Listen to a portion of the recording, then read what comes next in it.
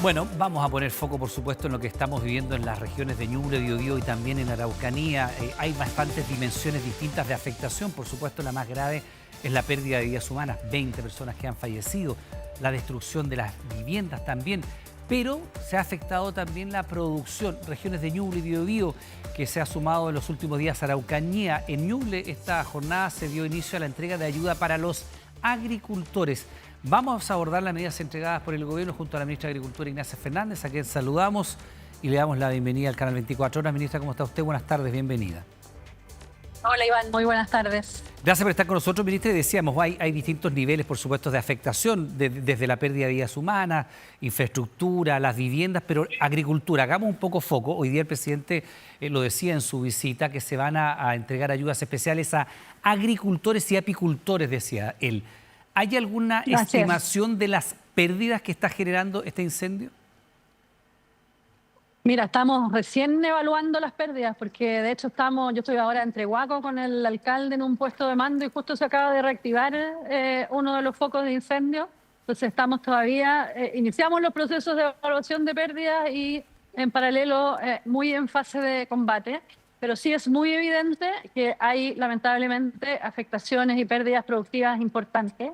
La región de Ñuble es una región muy agrícola. Sí, claro. Los incendios se están produciendo además en la zona del Valle del Itata, que es una zona de producción vitivinícola. Hay también pérdidas importantes en cereales. Entonces, no tenemos cifras todavía, montos que esperemos que vayan a implicar estas pérdidas. Pero sí sabemos que hay, de hecho hemos estado conversando, ¿no?, con muchas familias y campesinos afectados. Claro, ministra, porque de hecho las últimas actualizaciones saltamos de las 34.000 hectáreas que había quemadas a 61.000 hectáreas. Y esto confirma naturalmente lo que han dicho distintos especialistas, que estamos frente a un incendio, como se han estudiado hoy día, perdón, que son los categorías 6, que es un incendio que provoca más de 10.000 hectáreas de afectación, que se hace muy incombatible desde el punto de vista humano, incluso técnico, y que genera hasta corrientes internas que afectan la atmósfera. En ese sentido, el presidente hablaba del Comité de Ayudas Tempranas. ¿Nos puede explicar cómo funciona este comité? Sobre todo pensando en que puede haber gente afectada en la zona, que a lo mejor perdió su pequeña cosecha de este año o que perdió material productivo, un tractor, animales, terrenos. ¿Cómo funciona este comité? ¿Cómo se levanta la información? ¿Y de qué manera la gente se tiene que incorporar? De acuerdo. Es bien importante poder explicarle justamente a la gente. Ayer se conformó en Santiago el Comité de Ayudas Tempranas. Este es un comité que coordinan las distintas subsecretarías que tienen que ver con los temas de la emergencia y donde se va actualizando primero los reportes de la afectación. Eso lo lleva principalmente el Ministerio de Desarrollo Social en coordinación con los municipios. Lo primero es la ficha FIBE, la ficha en el fondo que evalúa las pérdidas. La ficha básica de emergencia. La ficha básica de emergencia que evalúa, pero la FIBE evalúa fundamentalmente las pérdidas de viviendas. Entonces, de hecho, la región de Ñuble, las pérdidas en viviendas no son tan cuantiosas porque es una región mucho más dispersa. Claro. Entonces, hay, por cierto, afectación, pero más baja. Y por eso es muy importante que además de la FIBE y a partir de eso la entrega, esperamos ya el próximo sábado, estar entregando las primeras planillas de ficha FIBE, bonos de recuperación, 1,5 millones de pesos como tope máximo, 750.000 si la afectación es parcial, digamos, es más acotada. Pero además de eso, como estábamos conversando por las pérdidas productivas, ya empezamos la coordinación para 2 tipos de ayuda. Hoy día, de hecho hace un rato estuvimos en Ranquil entregando los primeros apoyos para la recuperación de los cercos. Personas, familias que tienen ganado o que en el fondo perdieron el cercado de sus terrenos y que por lo tanto tienen a los animales libremente y necesitan volver a recuperarlos o demarcar, delimitar sus terrenos. Ministra, perdón, y se lo pregunto, en esta primera fase, dime. Es que se lo pregunto desde la ignorancia. Esta ayuda en cercos, ¿qué significa? La persona tiene su predio, su parcela, su área productiva, se le quemó todo, cercos incluidos. ¿Se le entrega dinero para volver a cercar o se le entregan materiales para que se levante el cerco? ¿Y cómo se hace? ¿Se postula? ¿Hay un catastro de las hectáreas perdidas? ¿Cómo se hace ese mecanismo? No lo conozco, me imagino yo que quienes trabajan en agricultura lo sabrán mejor, pero es información útil para quien esté con esta afectación. ¿Es entrega de materiales? ¿Es entrega de dinero? Es entrega de materiales. Ok. Porque hoy día entregamos polines, o sea, rollos, en el fondo, Sí. madera, ¿cierto? Y en el fondo alambres para construir el cerco. El material con, para hacer el cerco. el material. Perfecto. Exactamente. Exacto. Entonces, ¿cómo se hace? Estas entregas hoy día las empezamos por la parte que nos fue más fácil ubicar a las familias, que son quienes son usuarios del INDAP. Porque Ya. el INDAP ya tiene un trabajo Tiene el permanente registro. con todas las familias con las que trabaja, exacto, y por lo tanto puede llegar muy fácilmente a levantar la afectación. En paralelo estamos construyendo también el registro de los que no son usuarios de INDAP y por lo tanto no tienen una relación de día a día de trabajo con ninguna institución pública. Muchos de ellos sí con los municipios, pero no siempre. Entonces ahí es más difícil, digamos, llegar y estamos ya desplegando los equipos para que puedan ir predio por predio, conversando con las personas y levantando la afectación para poder ir también con este mismo tipo de ayuda. Ministra, perdón, y en este caso, esta ayuda que puede ser a lo mejor muy significativa para empezar a levantar, porque si usted tiene animales y el riesgo de que se le arranquen, que se les vayan a atropellar, que se quemen en algún incendio, el cerco es fundamental. ¿Es solo para los pequeños agricultores o también los medianos agricultores? Estas ayudas tempranas son solamente para los pequeños agricultores. Ok. Pero todo el proceso de recuperación incluye también agricultores de mayor tamaño, medianos agricultores. Perfecto. Entonces, la primera etapa es la entrega de los cercos. ¿Es ante una declaratoria? Por ejemplo, el pequeño agricultor dice, mire, yo tengo, no sé, 10 hectáreas, requiero esta cantidad de metros de cerco, o se mensura, se mide. ¿Cómo es ese proceso? No, en esta fase, porque lamentablemente hay mucha gente afectada, Por estamos supuesto. entregando una cantidad estandarizada de metros, digamos, o sea, de polines para la construcción. Perfecto. Hoy día las entregas que hicimos eran de 60 por agricultor. Conversábamos ahí con algunas personas, para algunos era suficiente, otros iban a poder recuperar una parte de la cerca que había tenido daños, pero no pérdida total. Entonces, claro, no es todo lo que Es una quisiéramos entrega entregar. estándar, 60 metros, y con eso tienen que cercar. Exacto. Perfecto. ¿Qué otro tipo de ayudas hay? Alimentación para ¿Forraje para los animales? de mayor tamaño, forraje para los animales y alimentación apícola, que es un concentrado de azúcar, en el fondo para la alimentación de las abejas, que en estas condiciones, cuando todo se quema, ¿cierto?, no tienen cómo ir en forma natural a polinizar y por lo tanto alimentarse. Ya. Ministra, ¿hay ayuda en términos económicos? Porque va a haber personas que pueden estar en pleno proceso de cosecha de algún cultivo o de plantación de otros, depende de la estacionalidad, y pueden haberlo perdido todo, haber tenido pérdidas parciales, y se juega el año completo. Los agricultores se juegan el año completo con alguna de las cosechas. Así es. Mira, esto es bien importante. Hoy día sacamos la declaración de emergencia agrícola en la región del Ñuble. Ya. Estamos haciendo las evaluaciones en la región del Biobío y es bien probable que también vayamos a decretar emergencia. ¿Por qué te digo esto? Porque lo que nos permite la declaración de emergencia es no solo agilizar, sino que disponibilizar recursos de apoyo más allá de estas ayudas tempranas. Entonces, lo que queremos hacer es catastrar a las familias. Aplicamos un instrumento que se llama una ficha de afectación silvoagropecuaria para estimar el daño efectivo. De nuevo, ¿por qué esto es importante? Porque es bien distinta la situación de una familia que todavía no ha cosechado, que hay mucho de eso, frutales, vides que se cosechan más adelante, no en abril, y que por lo tanto tuvieron pérdidas, bueno, pierden toda su producción, respecto de otros predios que también fueron arrasados por el fuego, pero que ya habían cosechado, por ejemplo, claro. Claro, por lo tanto la pérdida también, hay un impacto, el suelo queda en mal menor estado, pero es distinto. Entonces hay que hacer uno a uno la revisión. Ministra, perdón, también dime. desde la ignorancia y en el Ñuble, por el tipo de cultivos que hay y la estacionalidad. Usted nos recordaba el Valle Litata, que es un valle, por supuesto, que ha generado mucho crecimiento en materia vitivinícola. En esta época del año, ¿en qué fase estamos y de qué productos? ¿Qué se está perdiendo? ¿Qué se alcanza a salvar porque ya pasó la cosecha? Y además eso afectará el abastecimiento de algunos productos agrícolas en grandes ciudades como Santiago, Concepción, etcétera. Está perdiendo, te puedo hablar con más claridad en Ñuble. En Biobío tenemos equipos trabajando, pero todavía yo no tengo los reportes de la información, pero fundamentalmente vides y algunos frutales.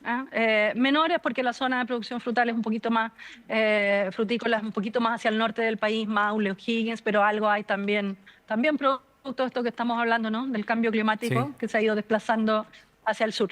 ¿Ah?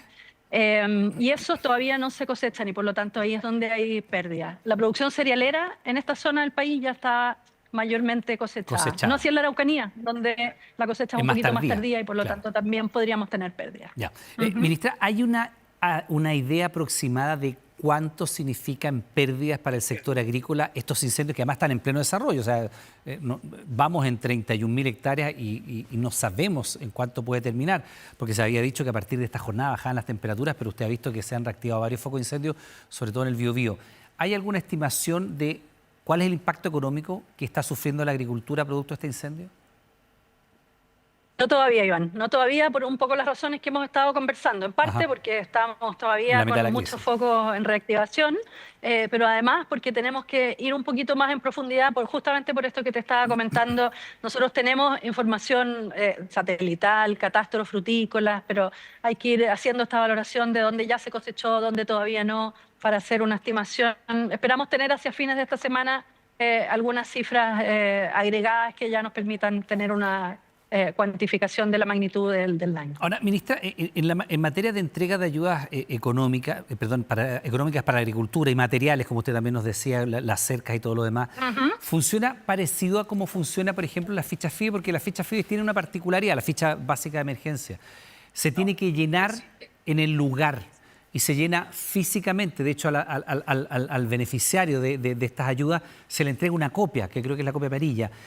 Y por eso cuando va personal del Ministerio, sea el Ministerio de Enlace, o sea Desarrollo Social o Vivienda, el que sea, muchas veces las familias dejan un nombre, por ejemplo, la familia Fernández, la suya, y un celular de contacto para que los ubiquen y después el funcionario vaya y lo contacte, porque se tiene que llenar en terreno, se tiene que decir, esta es mi casa, aquí vive la familia Fernández, son 6 personas, teníamos una casa con 3 piezas, no tengo idea, se perdieron 2 televisores, y se hace un catastro que también es una declaración.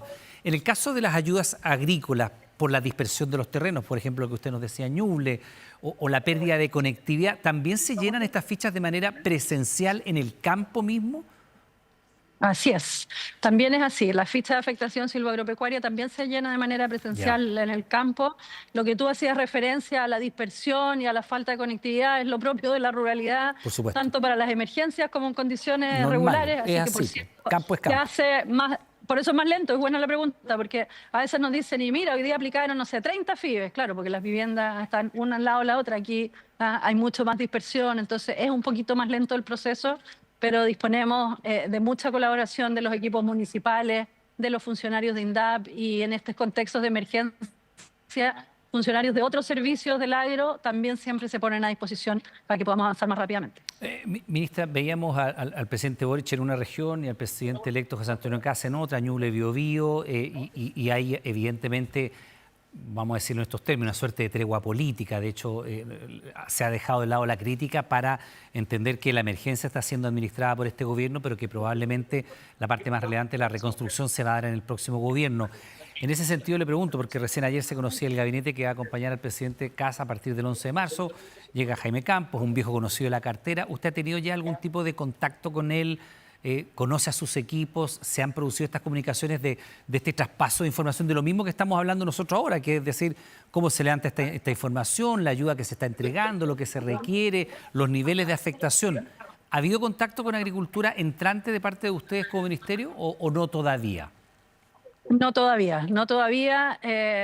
Nosotros yo estoy aquí a full. Además, no estoy solo en este momento dedicada a la agricultura, sino que estoy de ministra de Enlace, entonces viendo las coordinaciones, claro, de todos los sectores.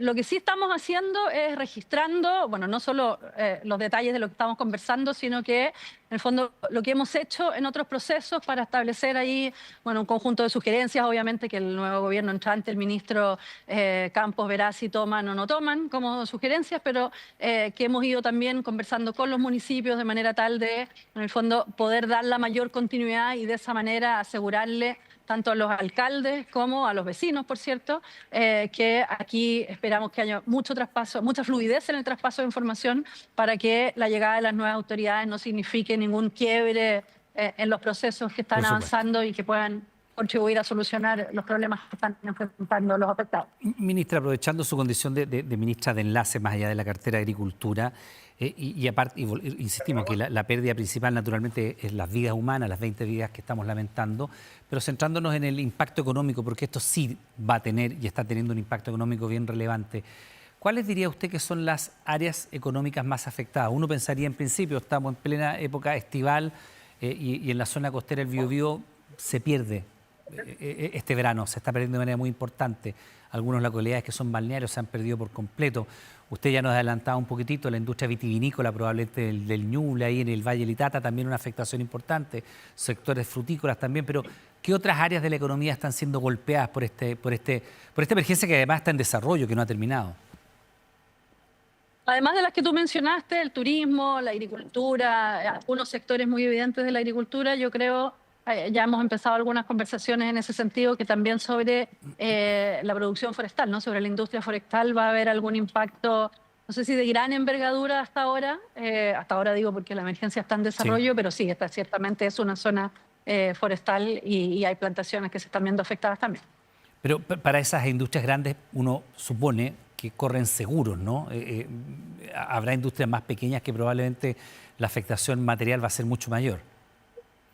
Por cierto, por eso yo tengo menos detalle de la afectación hasta ahora del sector forestal, porque hemos estado poniendo el foco fundamentalmente en el sector agrícola, donde claro, hay más, en el fondo, necesidad de apoyo estatal y menos seguros comprometidos que puedan recuperar pérdidas importantes, como sí ocurre con la industria forestal. Ahora, ministra, no sé si en los COGRID que se han llevado adelante, los regionales y los nacionales, donde ha estado el presidente, los distintos ministros sectoriales, se ha hablado, recurrir a los fondos de emergencia para catástrofe no es, este 5% constitucional no es algo que se esté evaluando. Que es tomar parte Sí. del presupuesto que va a ser ejecutado por el próximo gobierno, pero dado que esta es una emergencia, una catástrofe donde hay una afectación ya de 61.000 hectáreas, ¿no es una materia que se haya evaluado todavía? Yo creo que tenemos que terminar todavía de cuantificar el impacto productivo de la catástrofe para tomar una decisión de esa naturaleza.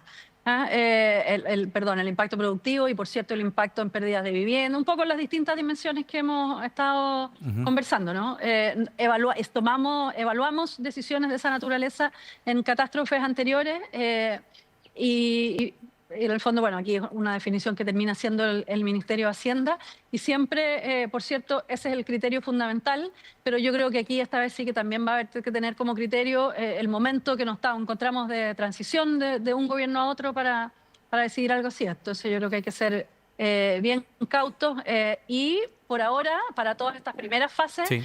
disponer y agilizar recursos regulares está efectivamente permitiéndonos dar respuesta y llegar en forma adecuada con las primeras viviendas de emergencia y con los distintos apoyos de los que hemos estado conversando. Ahora, ministra, durante la jornada del día martes, si no me equivoco, o fue el lunes, fue el martes, el presidente dijo que ya se iban a entregar las primeras viviendas de emergencia, mediaguas, no viviendas definitivas, en el primer lugar que había sido afectado, que era San Nicolás, me parece, Ñuble.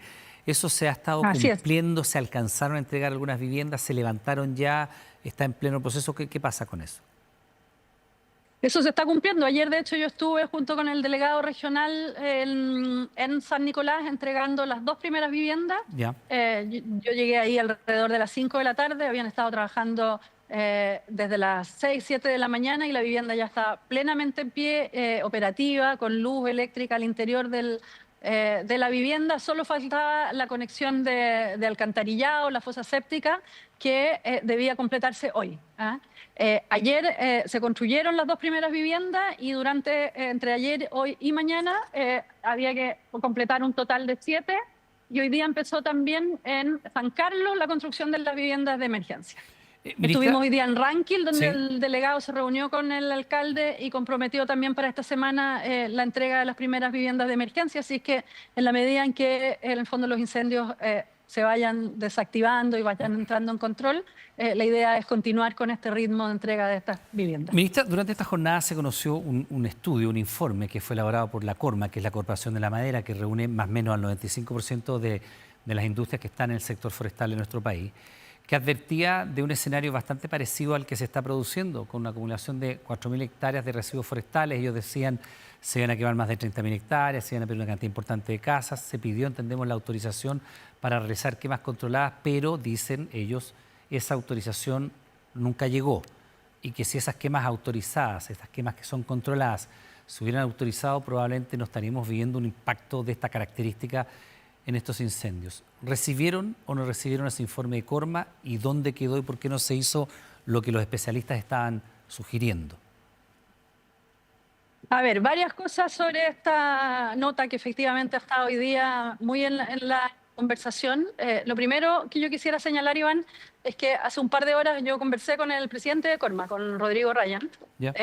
porque estábamos los dos muy en la sintonía de, en realidad, primero, de no polemizar y segundo, de concentrarnos en lo importante hoy día, ¿no? Que es la emergencia y seguir trabajando como lo estamos haciendo muy de la mano, poniendo los recursos a disposición del combate de los incendios.